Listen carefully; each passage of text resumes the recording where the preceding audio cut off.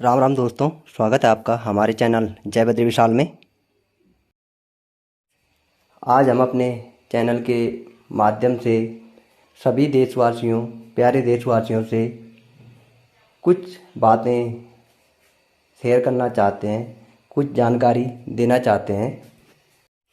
जैसे कि अभी कुछ दिनों से सरकार ने हर घर तिरंगा अभियान चलाया है, उससे भी ज़्यादा ज़रूरी हो जाता है जो जानकारी मैं आप लोगों को अब आगे देने वाला हूं। और मेरा आप सभी लोगों से अनुरोध है कि इसे भी आप हर घर, हर आदमी तक पहुंचाएं।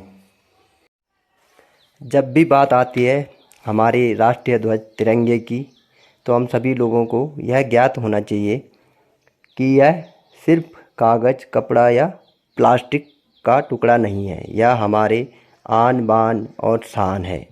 इसके खातिर हमारे पूर्वजों ने बहुत सी कुर्बानियाँ दी हैं, बहुत से लोग शहीद हुए हैं। बहुत बार हम सुनते हैं कि राष्ट्रीय ध्वज का अपमान नहीं करना चाहिए। आप सोचेंगे ये तो जाहिर है, तिरंगे का रखरखाव, फहराना इत्यादि सम्मान सहित ही किया जाता है, पर कितनी ही बार हमें सड़क पर कागज़ के तिरंगे बिखरे दिखते हैं, जैसे उनका औचित्य केवल आज़ादी या गणतंत्र दिवस के समारोह में फहराने तक सीमित हो। उसके बाद उनका क्या होता है, इससे क्या फ़र्क पड़ता है। अब हर घर तिरंगा कैंपेन भी शुरू हो गया है। ऐसे में हमारे राष्ट्रीय ध्वज और उसके रखरखाव से जुड़ी अहम बातें जान लेना ज़रूरी है। पहले बात करते हैं डैमेज हुए झंडों की। आमतौर पर यह देखा जाता है कि झंडा फहराने का कार्यक्रम हो जाने के बाद झंडे ज़मीन पर फटे या कुचले पाए जाते हैं। बहुत बार तो कूड़ेदान में फेंक दिए जाते हैं। लेकिन इस सबसे अगर आपको लगता है कि झंडे को सड़क से उठाकर कूड़ेदान में डाल देना सामान्य बात है, तो रुक जाइए। बहुत कम लोग ये बात जानते हैं कि राष्ट्रीय ध्वज को फेंकने का कृत्य असल में एक अपराध है और गंदे या फटे राष्ट्रीय ध्वज को हटाने का उचित तरीका भारतीय ध्वज संहिता में बताया गया है। भारतीय ध्वज संहिता 2002 के मुताबिक राष्ट्रीय ध्वज के डैमेज होने के बाद उसे डिस्पोज करने के दो तरीके हैं, दफनाना या जलाना। इन दोनों में से किसी भी प्रक्रिया को चुनते वक्त सख्त नियमों का पालन करना पड़ता है। झंडों को दफनाने के लिए सभी डैमेज हुए माने क्षतिग्रस्त झंडों को लकड़ी के बक्से में इकट्ठा किया जाता है। फिर इन्हें ढंग से तय कर बॉक्स में रखा जाता है। फिर उसी बक्से को ज़मीन में गाड़ा जाता है। झंडा ज़मीन में दफनाने के बाद कुछ देर मौन रखना होता है।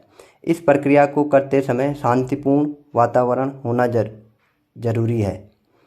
दूसरा तरीका है झंडे को जलाना।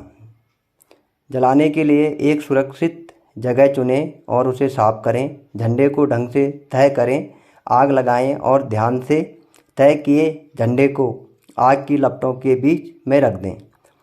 भारतीय ध्वज को जलाने का उचित तरीका है आग लगाना और सम्मान सहित तय किए झंडे को आग में रख देना। झंडे को बगैर मोड़े सीधा जला देना या उसे सिरे से जला देना कानूनी अपराध है। इस बात का खास ख्याल रखा जाना चाहिए कि राष्ट्रीय ध्वज न्याय, स्वतंत्रता, निष्ठा और देश के गर्व का प्रतीक है। इसलिए निस्तारण यानी डिस्पोज करने या करते वक्त इसकी गरिमा को बनाए रखा जाना जरूरी है। निजी तौर पर झंडा फहराने से जुड़ी कुछ अहम बातें। ध्वज को किसी भी स्थान या सजावटी सामान के रूप में इस्तेमाल नहीं किया जा सकता। इसे डेस्क या पोडियम या उनके किसी भी हिस्से को कवर करने के लिए इस्तेमाल नहीं किया जा सकता। साथ ही कुशाण, नैपकिन, रुमाल, अंडरगारमेंट्स या किसी भी ड्रेस सामग्री को बनाने में या उस पर प्रिंट या कढ़ाई के लिए उपयोग में नहीं लाया जा सकता। यही नहीं, इसका भी खास ध्यान रखा जाना चाहिए कि तिरंगे का इस्तेमाल पोशाक, वर्दी या कमर के नीचे पहने जाने वाले किसी भी प्रकार की एक्सेसरी के तौर पर नहीं किया जा सकता। ध्वज को पर्दे के रूप में चीज़ों को लपेटने के लिए उपयोग नहीं किया जाना चाहिए। तिरंगे झंडे को निजी अंतिम संस्कार में इस्तेमाल नहीं किया जा सकता, साथ ही इससे वाहन या उसके किसी हिस्से को कवर नहीं कर सकते। ध्यान रहे कि आम लोग अपनी कारों या दोपहिया वाहनों पर तिरंगा नहीं लगा सकते। केवल कुछ सरकारी अधिकारियों को अपने वाहनों पर राष्ट्रीय ध्वज लगाने की अनुमति है। इसका उल्लेख भी भारतीय ध्वज संहिता में मिलता है। ये व्यक्ति हैं राष्ट्रपति, उपराष्ट्रपति, राज्यपाल और उपराज्यपाल। विदेशों में भारतीय मिशनों पदों के प्रमुख जिन देशों में उन्हें मान्यता प्राप्त है। प्रधानमंत्री और अन्य कैबिनेट मंत्री, राज्य मंत्री और संघ के उप मंत्री, किसी राज्य केंद्र शासित प्रदेश के मुख्यमंत्री और अन्य कैबिनेट मंत्री, किसी राज्य केंद्र शासित प्रदेश के राज्य मंत्री, उप मंत्री, लोकसभा के अध्यक्ष, राज्यसभा के सभापति, लोकसभा के उपाध्यक्ष, राज्यों में विधान परिषदों के अध्यक्ष, राज्यों और केंद्र शासित प्रदेशों में विधानसभाओं के अध्यक्ष, राज्यों में विधान परिषदों के उप सभापति, राज्यों और केंद्र शासित प्रदेशों में विधानसभाओं के उपाध्यक्ष, भारत के मुख्य न्यायाधीश, सर्वोच्च न्यायालय के न्यायाधीश, उच्च न्यायालयों के मुख्य न्यायाधीश, उच्च न्यायालयों के न्यायाधीश। ध्यान रहे कि झंडे का निपटान केवल तभी किया जा सकता है जब वह क्षतिग्रस्त या अव्यवस्थित हो। भारतीय ध्वज की गरिमा का ध्यान रखते हुए सभी तरह के झंडों को निजी तौर पर जलाकर या किसी अन्य उपयुक्त तरीके से नष्ट करना चाहिए। अगर झंडे कागज के हों तो उन्हें ज़मीन पर फेंका नहीं जा सकता, उन्हें भी निजी तौर पर डिस्पोज किया जाना चाहिए। जाते जाते एक और बात जान लीजिए, राष्ट्रीय झंडे को तेज़ी से फहराया तो जाता है, पर उसे धीरे धीरे ही नीचे लाना होता है। धन्यवाद।